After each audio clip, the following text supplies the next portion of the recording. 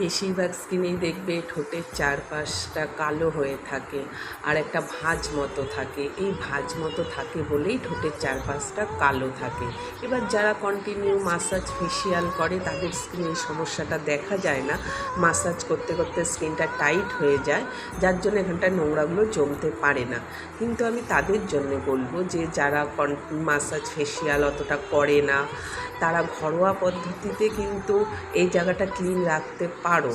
তোমরা যখনই মুখ ধোবে বা মুখ ফেসওয়াশ করবে, তোমরা গালে যদি একবার রাউন্ড করে ধোও, কিন্তু ঠোঁটের চারপাশে 3 থেকে 4 বার আঙুল দিয়ে রাউন্ড করে ক্লিন করার চেষ্টা করবে।